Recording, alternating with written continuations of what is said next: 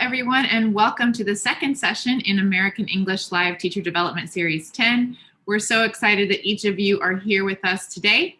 My name is Kate, and I'm joined with you today along with my colleague behind the scenes, Heather, who will be serving as moderator to help answer your questions and respond to your comments during the session. Let's begin today with this wonderful photo of a virtual viewing group led by Diana Bermudez. Thank you so much for continuing to view our sessions together virtually and for sharing your experience with us. We love to see our teacher participants actively engaged in professional development, and we encourage you to continue to engage with the community. Please continue to participate by sending us your thoughts, ideas, and photos to American English webinars at fhi360.org. If you share via social media, please tag us at American English for Educators. We hope to feature one of your photos or comments during the next session. And today is our second session in the series. Throughout the series, we'll explore sessions about making the transition to online or hybrid classrooms. We hope you'll be able to use the practical ideas we share. Which session are you most excited about? Let us know in the chat box. So here's what to expect today. Each session is about 60 minutes long and is often related to a massive open online course through the Online Professional English Network, or OPEN program. The presenter will present the material, and I, as your host, will ask questions and make comments as well. But we really hope to hear from you, our audience, so that we can address your ideas and experiences. Please do share your thoughts using the comments feature or chat box. When our session comes to a close in about an hour, you'll have an opportunity to receive a digital badge for your participation. At the end of the session, we'll share a link in the comments and at the top of this post. Click on that link and complete a short quiz about today's session. You must answer 2 out of 3 multiple choice questions correctly. And once you've successfully done so, you should expect to receive your badge via email within about a week. The Online Professional English Network, or OPEN program, has 3 open and free massive open online courses available for teachers and learners like you. Visit www.openenglishprograms.org/MOOC for information on and to enroll in English for Journalism, English for Business and Entrepreneurship, and/or English for Media Literacy.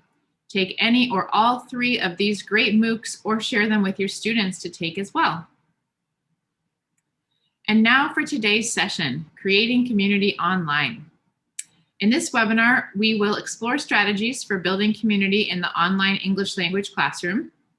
We'll identify differences between synchronous and asynchronous learning and learn how each format can be effectively used. And we'll discuss how to create a plan that establishes communications-related expectations and how to build a positive class community by incorporating reflection. Finally, we'll review activities and tools for enabling student collaboration. And now we're pleased to introduce our presenter, Heather Gaddis. Heather received her Master's of Arts in Applied Linguistics in 2008 and first taught English to adults. In 2009, she moved to southern Mexico to teach at a public university.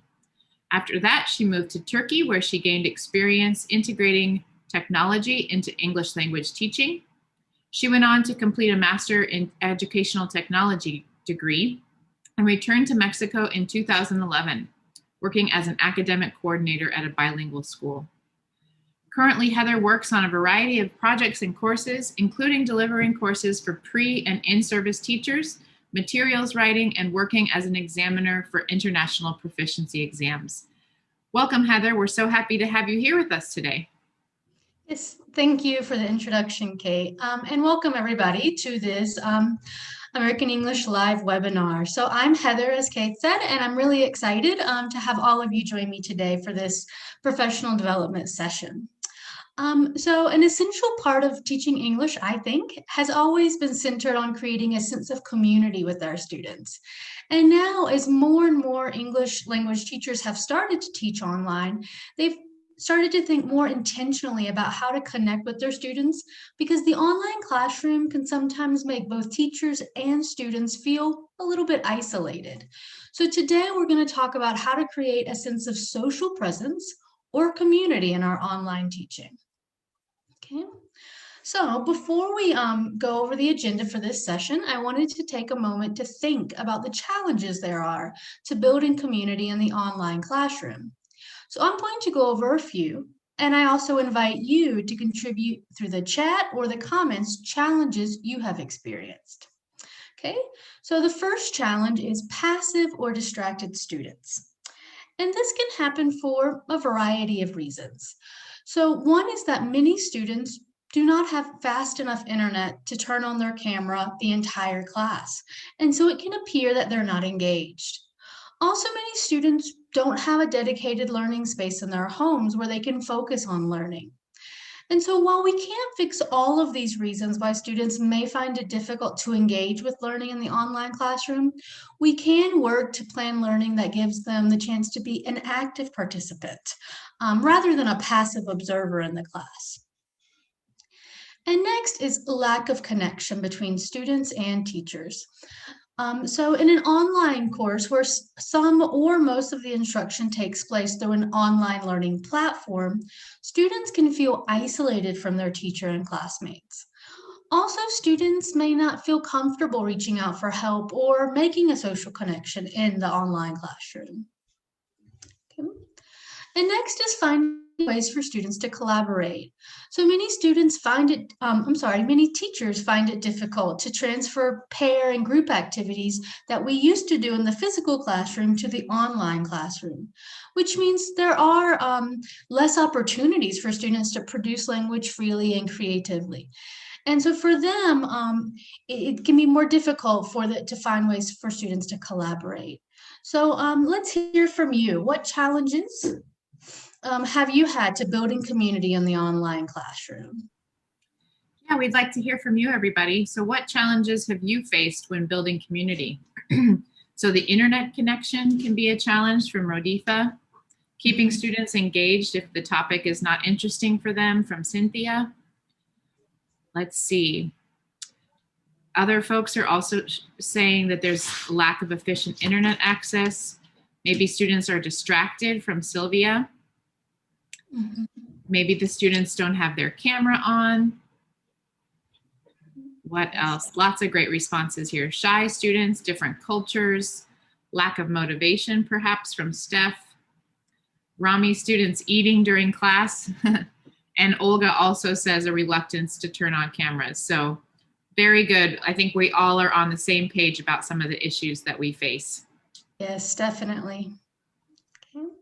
So we're going to go through the agenda for today's session. So the first topic we're going to talk about is synchronous versus asynchronous learning, specifically how we can take advantage of those types of learning. And then we're going to move on to communication, positive communities, and then student collaboration. So the first section, as I said, is that we're going to talk about is synchronous versus asynchronous learning. And so before we get into specific strategies related to creating community in our online classrooms, I think we should take a minute to talk about the different ways or modes of learning, especially as they relate to learning online. So as I introduce these two types of learning, I want you to think about how you communicate and work with your students. So the first mode of learning is synchronous learning. This is learning that happens in real time at a specific place and time. So in the online classroom, synchronous learning is when we have a live session, like we're having right now, using a specific Google Meets link, a Zoom session at a specified class time. The other type of learning is asynchronous learning, and it is learning that can happen at any time and can be done according to the student's schedule. This can include participating in a forum, watching a video, taking a quiz through a platform like Google Classroom, Blackboard, or Canvas, or reading resources that are emailed by a teacher or sent through WhatsApp. So depending on your teaching context, your mix of synchronous and asynchronous learning is going to be a bit different. But in all situations, it's important for us to think about what activities should be done in each mode of learning.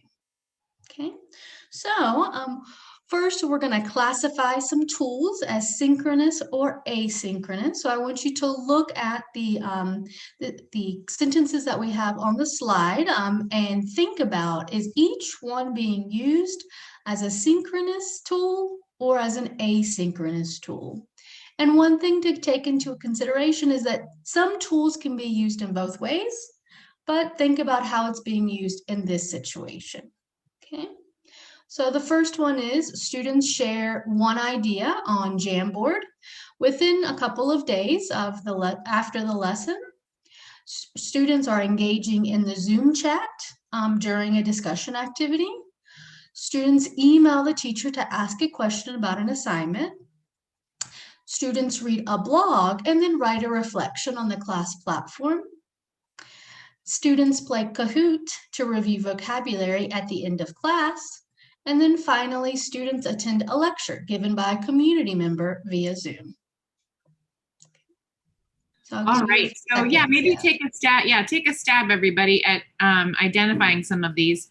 Maybe pick one or two. You could write something like Zoom chat - synchronous, probably something like that.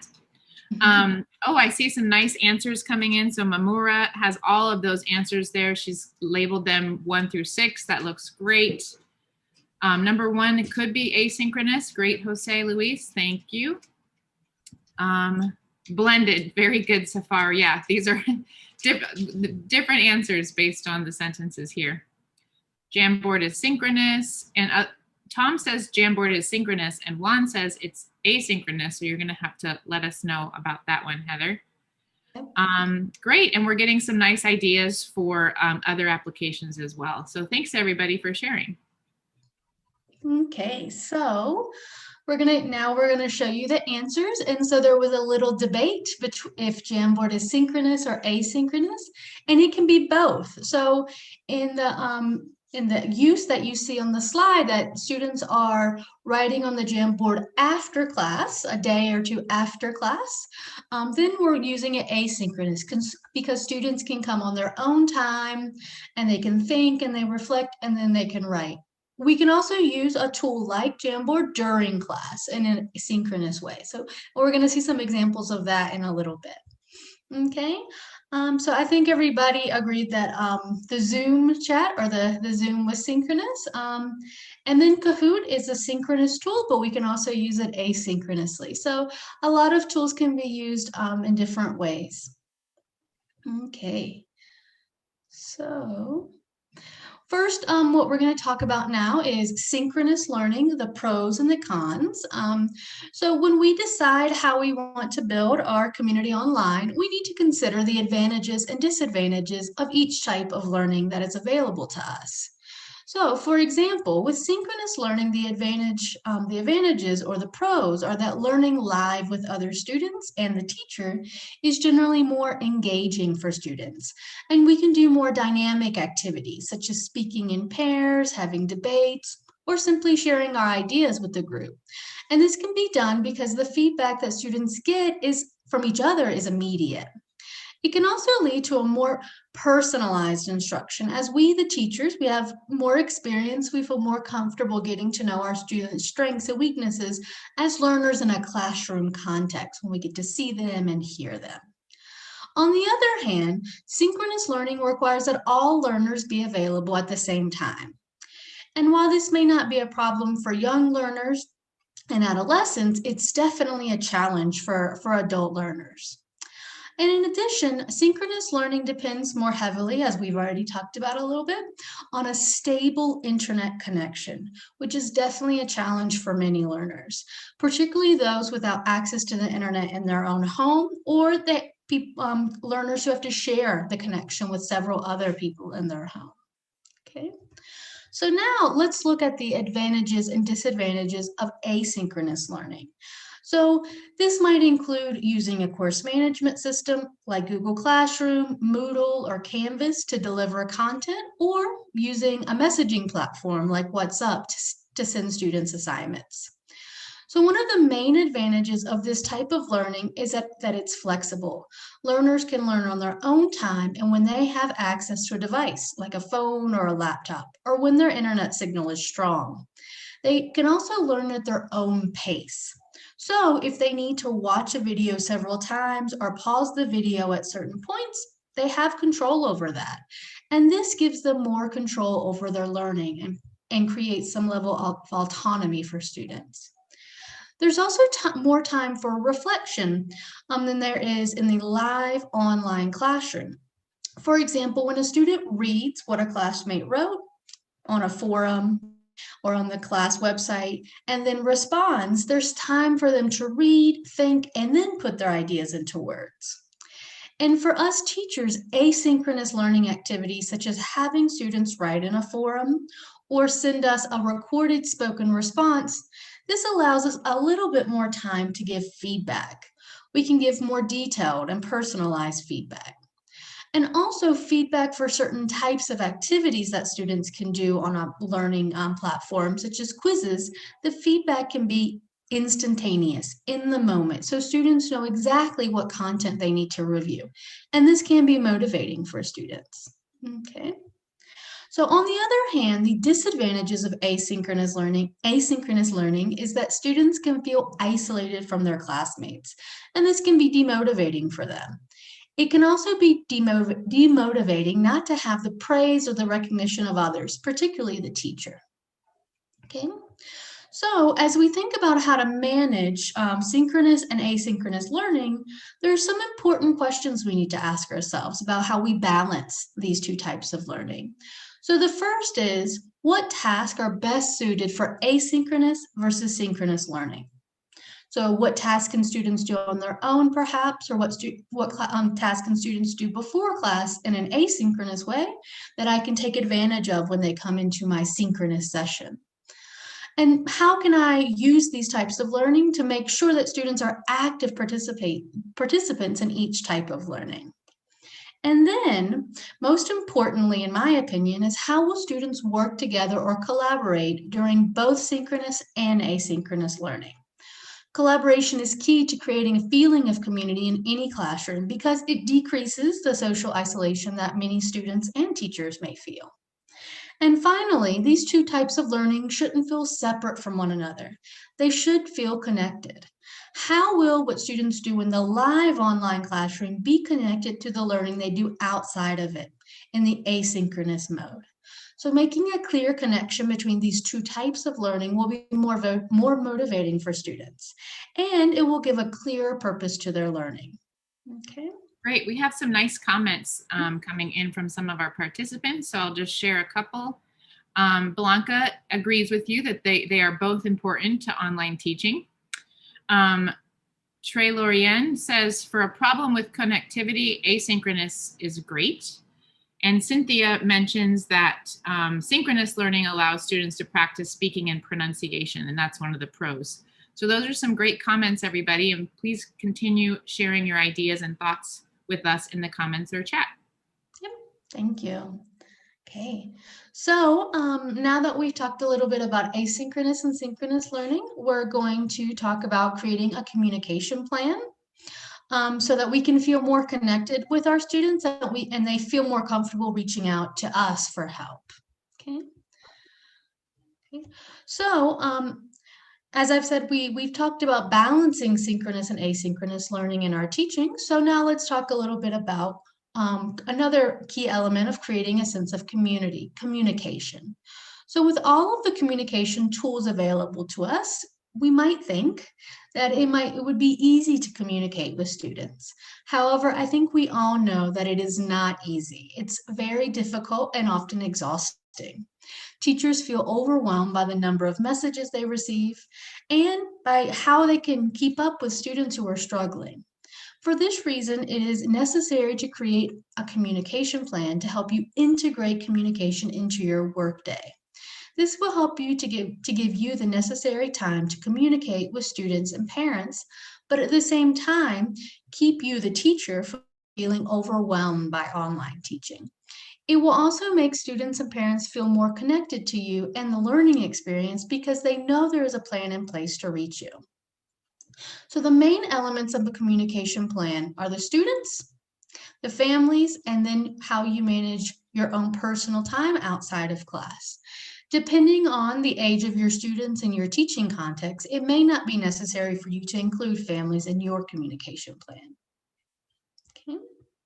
So when you're setting up a communication plan with your students, some questions for you to consider are when. So specifically, when will I post assignments, feedback, and responses to the questions I receive?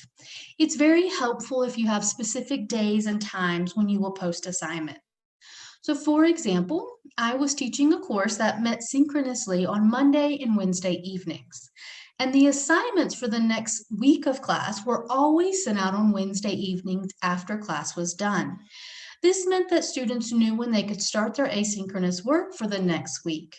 And this definitely lowered stress for the students. And the second question to ask is when assignments will be due. So in the example I just gave you, the assignments for the next week were always due before class on Monday or Wednesday. And this meant that students could schedule their own time and that they also felt prepared for the class, that they needed to prepare for the class by completing the asynchronous assignment. Another question to consider is how. How will students turn in assignments and how will feedback be given?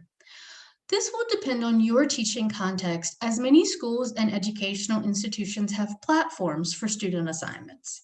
But I recommend that you make this decision before you start a class or semester, or as early as possible, because it will help everything go smoothly so that you can focus on helping students learn and not on figuring out the technological side of online learning. Okay, so let's hear from you. So have you had any difficulties communicating with students? And if so, please share with us in the chat. Yeah, great question. Let us know if you've had difficulties communicating with students and how and why.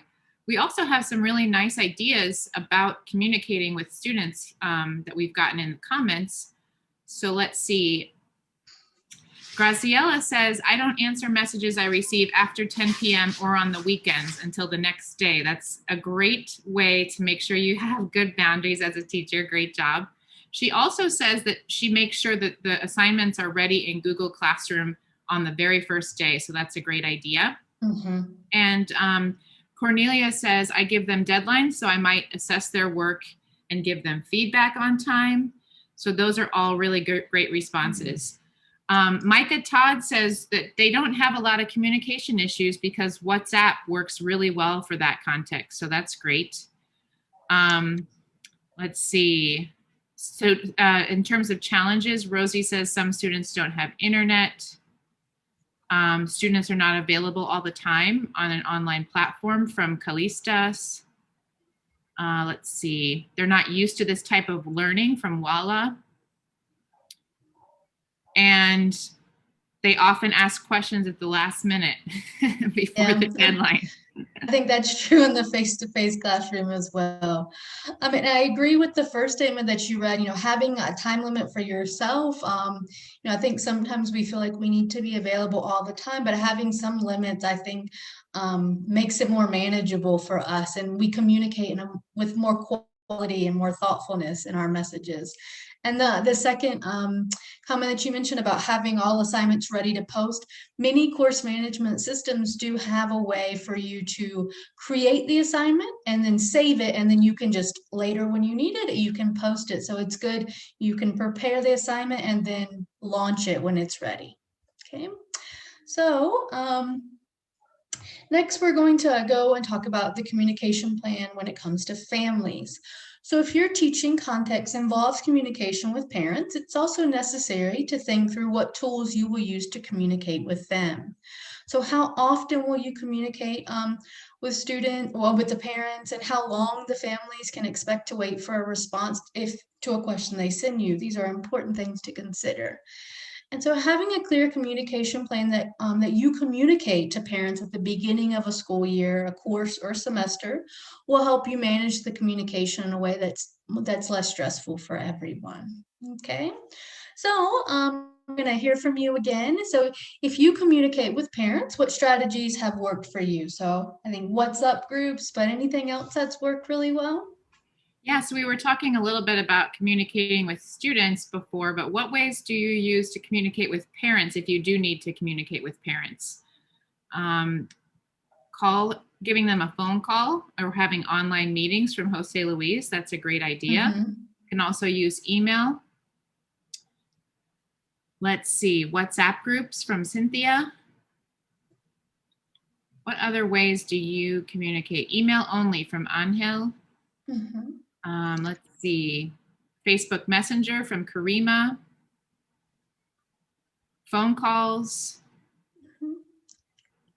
And a couple people just saying that they do not have to communicate with parents, which is fine. Yeah, so those are great. Those are great responses, everybody. Lots of different ways. It sounds like we have to basically try whatever works and maybe try multiple different ways of communicating with both students and parents.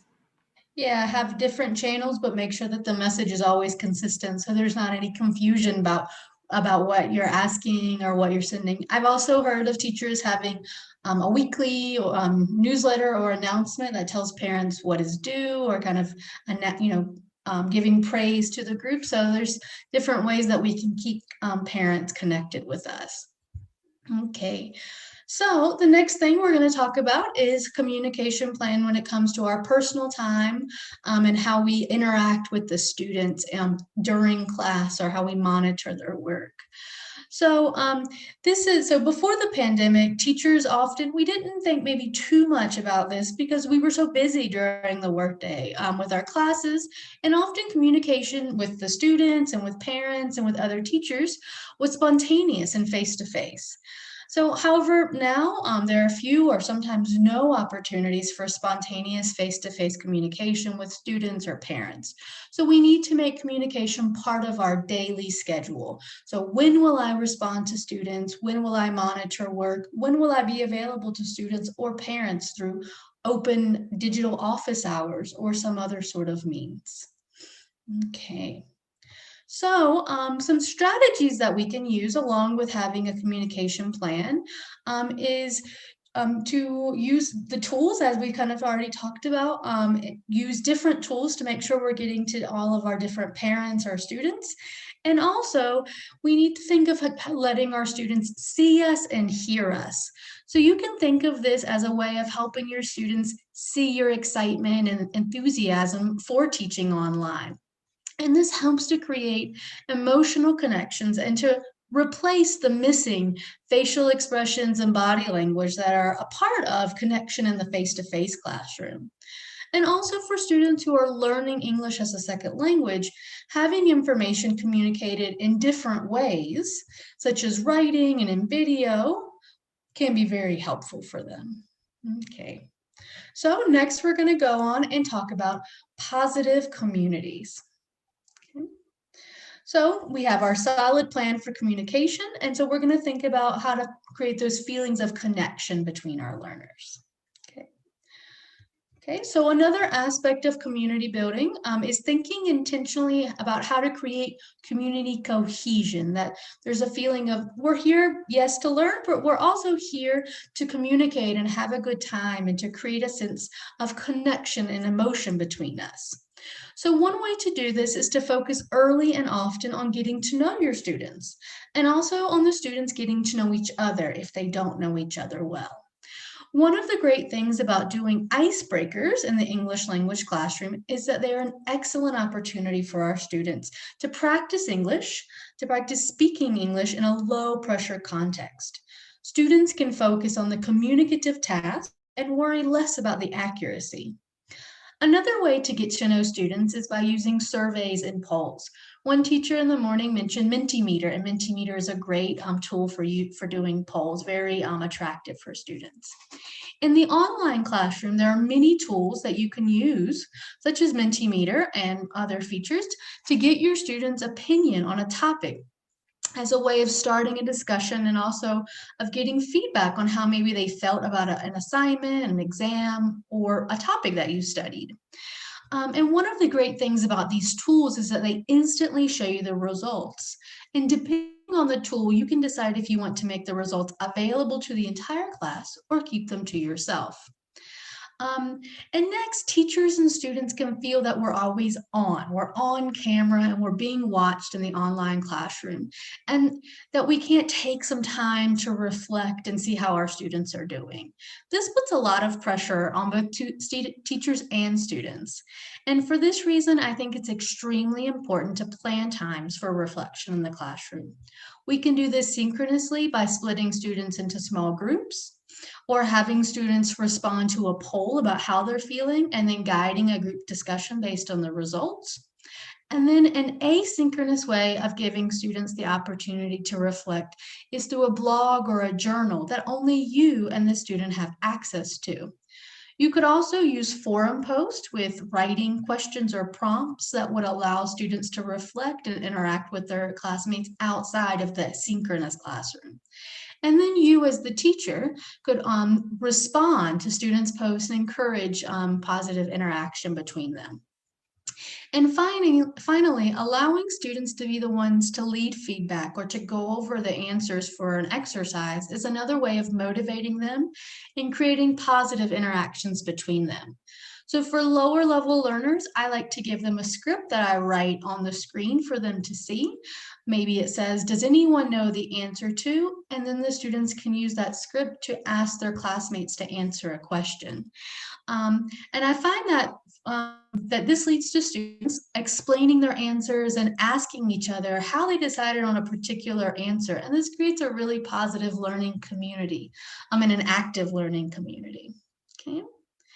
So, great. Yeah, right before we dive into icebreakers, I just have some nice comments coming in from our participants. So let's see. Paula says that she likes to use the VoiceThread app, and that's a good speaking icebreaker tool for her. Eduardo says that he uses icebreakers to introduce the topic of the day. And Edison and many others are just talking a little bit about how they like to use icebreakers or songs in their classrooms as well. So thanks for those comments. Yeah. Okay, so we're going to talk a little bit about how to do an icebreaker in the classroom. So I always think it's a good idea to model the icebreaker, especially if it's a new type of icebreaker, to model it with your own examples first. And so this shows students what is expected from them while they're working with their partners. So in the icebreaker that we're going to do in just a minute, you, the teacher, are going to give students a couple of clues about your life, and they have to guess how they're connected to you. And then the students will brainstorm or think of their own clues for the icebreaker while you monitor to make sure they've understood the task. In the online classroom, you can do this by having students send you a private chat. And then the next thing is to have the students interact in pairs or small groups in the online. And in the online classroom, it's recommended to do this through breakout rooms if you have that available to you. And then finally, with all the students back in the main session, you can encourage students to share what they've learned about their partners. And this could be done through the chat if you have a large group, or by inviting a couple of students to turn on their microphones. Okay. So here's the icebreaker that we're going to do a short demonstration of. So the idea here is that there's a word on the page, chopper, and it is related to my life in some way. And so you are going to be my partners, or Kate's going to be my partner, and you're going to guess, how is this word related to my life? Okay, so I'll give you a couple of minutes to write your answers and for Kate to tell me what's going on in the comments. Yeah, great. What do you think, everybody? So Heather has shared this word with us. Chopper, how do you think it relates to her life? What do you think? Micah thinks maybe you ride a chopper, like a helicopter. What else do you think, everybody? What does this have to do with Heather's life? Rodrigo says that maybe you like cooking. Rami, I do like cooking. Rami and Veronica says that you fly choppers. That's pretty exciting. That sounds cool. Maybe Juan says maybe you travel in them often. And Alexandra says you like to travel. And I did see one person, but it was very quick. It went by that may be close. It says, is it a pet name? So maybe somebody saw the morning session or somebody knows me. Yes, it is my dog's name. So, but when I've done this activity before, you guys are saying some of the things that my students say, do I travel in a chopper? Unfortunately, no. But I do like to cook. So we can see how just this simple word has generated a lot of conversation between us. And that's the idea of an icebreaker. So even if students know you can think of some clues that they may not know and may have to do a lot of guessing and talking and interacting. Okay, so we're going to go on and talk about our last topic, which is student collaboration. So in order to continue building, once we have gotten to know students a little bit, in order to continue with the community building in the online classroom, it's necessary to incorporate ways for students to collaborate both synchronously and asynchronously.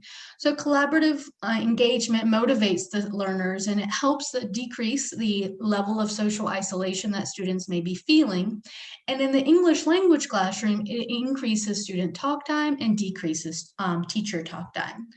So while the online classroom does make it difficult to do some of the student interactions that we used to do, such as just having students turn to a partner or quickly given an opinion, there are other tools that we can use to create a sense of community through student collaboration.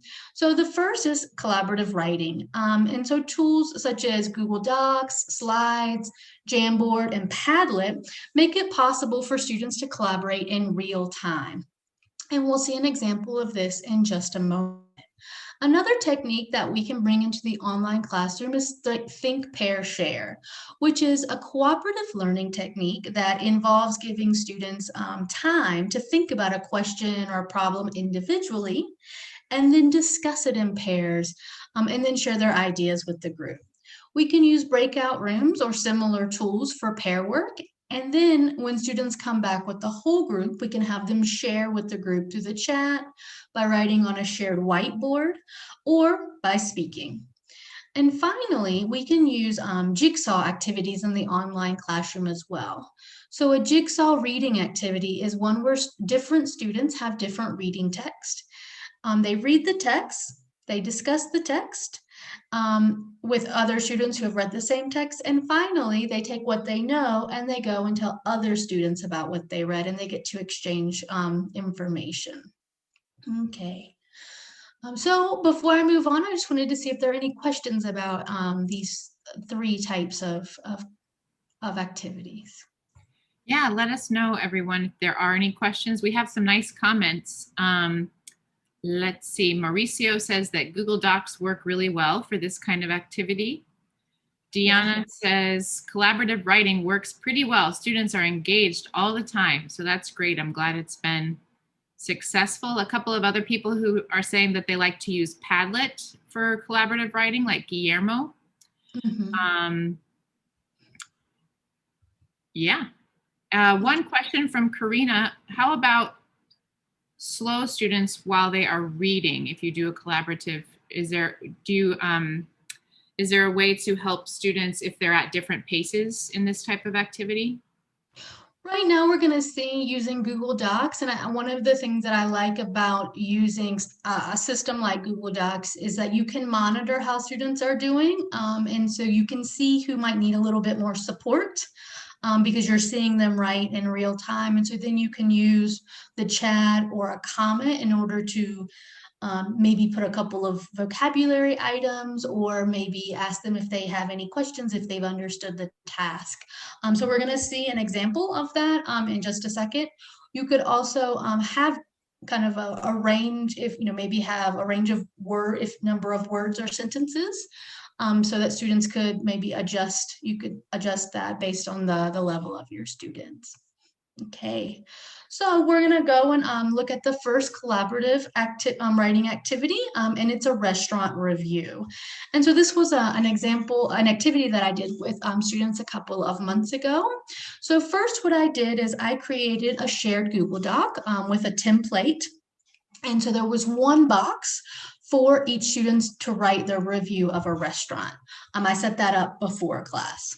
And then during class time, students the Google Doc. And then after students had written their review, I asked students to choose a review of a classmate and to read it and to edit it, to look for mistakes and to add one or two more sentences to the original review. And then while students are editing each other's work, I was able to monitor the activity in the Google Doc by going up and down and seeing what was happening and leave comments to help them find mistakes, to give them suggestions for vocabulary, just general support in that way. So we're going to go on and see the next slide, which has an example of the activity I'm talking about. So the top box on the left, it says original, and it had the name of the author written in it. And the grammar topic that we were looking at in this class was the passive voice. And so students wrote their original review of a restaurant in the town where I live. And then after that, like I said, I assigned them another classmate's review to read and edit. And so that's what we're seeing in the box. It's in the front on the right. So each student went and they edited someone else's writing. So this activity gave students reasons to write in English, an authentic reason, a shared purpose, and a way to work somewhat independently of the teacher, which helped to create a connection between them and a real reason for them to communicate. Okay, some other aspects in terms of community building for the restaurant review. Next slide, please. So this activity helped to create a sense of community because students are working in a shared space. They can see each other's work and they can get ideas from each other. It's a little bit like students peeking over and seeing someone else's paper in a digital way. In addition, in this writing activity, students are given a responsibility, which is to edit another student's writing. And so, as I said, this gives them an authentic reason to work to read the work and to work with their classmates. And then finally, students get the opportunity to support each other's learning by editing and making suggestions in a positive and supportive way. Okay. So we're going to look at another collaborative writing activity. This is a KWL chart. And so a KWL chart is a graphic organizer that is used to get students to think about what they know, the K, about a topic, what they want to know about a topic, and then after research, what they learned about a topic. So the first step is to have students write what they know about a topic, such as a famous person, a painting, systems of the body. And then you're going to have students write what they want to know about the topic. This can be in the form of a question, if this is a structure you want your students to practice, or it can be a free writing bullet points or something like that. And then you're going to have students learn about the topic using their questions as a guide to guide curiosity. And so they can learn about the topic through reading a text, watching a video, or looking for information from a list of recommended sources. And then finally, you're going to have the students are going to write what they learned about the topic all together in this case. So in this example, we're going to be using the Jamboard for a KWL chart.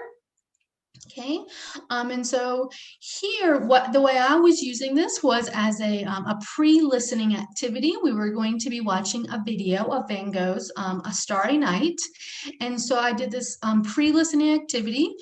So first, the students, what they did on the left, where you see the word know, they added what they knew about the painting, what they knew about the artist. And then in the middle, they wrote what they wanted to know about the painting and about the artist. Okay, so we did this before they watched the video.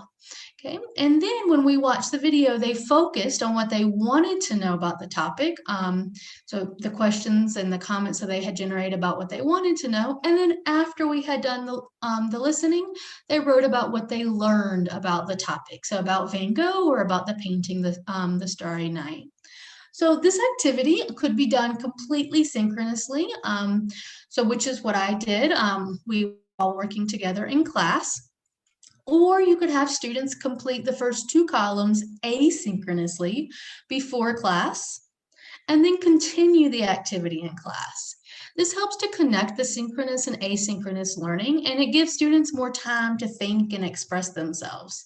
And this is particularly helpful for encouraging participation from all students, not just the students who are always the first to answer, because it gives the other students a little bit more time to put their ideas into words. Okay, so, and when it comes to community building for this KWL chart, so like with the restaurant review activity, students are working in a shared space with a shared sense of purpose. In addition, students get the chance to learn from each other and about each other by seeing what background knowledge other students have about the topic and what they're curious about. So this opportunity to learn from and about each other increases community cohesion. So the last collaborative activity, so I'm going to stop right there to see if anybody has any questions about the first 2, the collaborative writing activities that we looked at. Yeah, great. Thanks so much. We did have a nice question from Imak, who wrote, do you advise using the edited writing as an evaluation tool? Like, do you assess the end product of, I think they're referring especially to the collaborative writing idea. In the case with the first one where it was the Google Doc, I did. I like to use checklists that I give students for assessing this type of writing. That maybe it has a certain number of sentences, certain structure, depending on what we've been focusing on in class. The KWL chart, I was using it as a pre-listening activity to get students engaged in the context, so I didn't use it for evaluation purposes. But if you were using a KWL chart as part of a longer project where students were using it to, think about what they wanted to research, see what they had learned, and kind of to help them with that cycle of inquiry, you might use it, you might include it as part of their project evaluation. So in that case, it would depend on how you were using it, but definitely the first one I did use that as part of an assessment for that class. Great, thank you. Yeah, otherwise, just a lot of great comments like that people really like these ideas. Thank you. So we're going to talk about the final collaborative, the final activity for student collaboration. And this is a jigsaw reading. So what I did in this case for this jigsaw activity is I used a Jamboard, which you can see on the right with the yellow Post-it notes.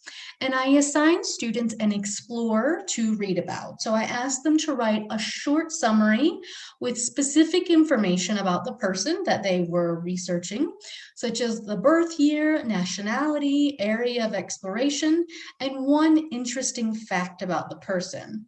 So this was a relatively small group of students. So students worked in pairs to read the article and write their short summaries for each of the people. And then what they did was all of the students came back and they used the summaries about the people to do another activity.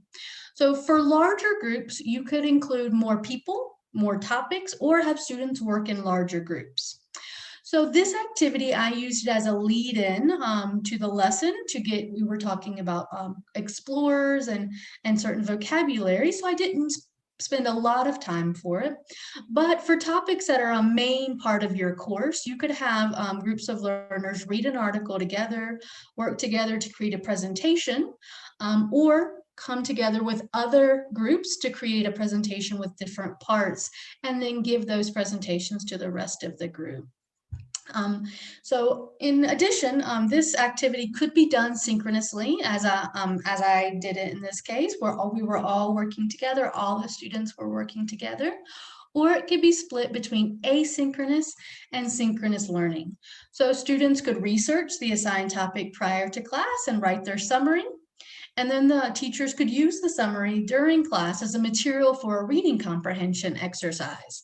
And this would be a great way of motivating students because their text would be used as classroom material. Okay, so when it comes to community building with the Jigsaw activity, a Jigsaw activity is a cooperative learning structure that gives students the opportunities to depend on each other in a positive way. So we are creating positive codependency. This is because everyone's understanding of the topic depends on each student during doing their part. This also gives each student a sense of responsibility and connection to the group.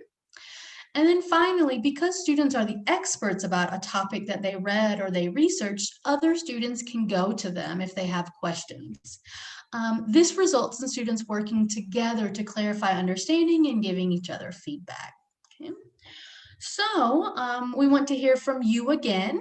So as we're wrapping up this session, so we have a final question for you. Have you had a success with any other community building activities that we haven't talked about today? So we'd love to hear your ideas. Yeah, please do share your ideas, folks. We've seen lots of great ideas in the chat box and the comments today, but specifically, what strategies or activities have you used to build community? And we saw some great ideas like VoiceThread or Padlet, things like that. Let's see. B says it helps to develop a teamwork or team or group activities. A lot of people are saying, I love your ideas, like Elizabeth. Mina says, I like the Jigsaw one. Stuff like that. Maricela says, I've never tried those ideas, so I'll definitely try them. And others who are saying other tools that have been mentioned, like Padlet. So those are all great. Thank you so much for those comments, everybody. Okay. Yes, a lot of tools for us to see how we can get students to talk to each other or to communicate with us in a different way. So to wrap up this session, we're gonna do a quick summary. So first we talked about how we can take advantage of synchronous and asynchronous learning in order to use each type of learning so that students are active learners and that the different types of learning are connected to one another. And then we talked about creating a plan for clear, supportive communication with our learners and their parents, and also for helping us manage communication so that we're communicating in a way that's clear, in a way that we're sending the same message, and that students can know what to expect from us. And then next, we talked about creating opportunities for reflection by creating a positive community, allowing students or giving students the opportunity to connect with each other, to tell you how they're feeling and to connect what they're feeling outside the class with their experience in the class. And then finally, we talked about finding ways for students to collaborate and support each other. So in collaborative writing, in Jigsaw activities, so where we're having them support their learning, getting to know each other even more, so they feel more connected to the learning process and to each other. Okay. So I just wanted to show my references very quickly because I wanted to point out the top reference is from eStay. So this is from the International Society of Technology and Education. This is a US based organization that has a lot of resources, particularly for teachers who teach kindergarten through 12th grade. Some of the slightly younger students, it has a lot of tools, a lot of courses, especially if you teach science or if you teach subjects in English. It has a lot of resources for that, and it's a very, very good association to belong to have your own learning community. Well, thank you so much, Heather, for that great presentation and for sharing your expertise in creating community in online teaching.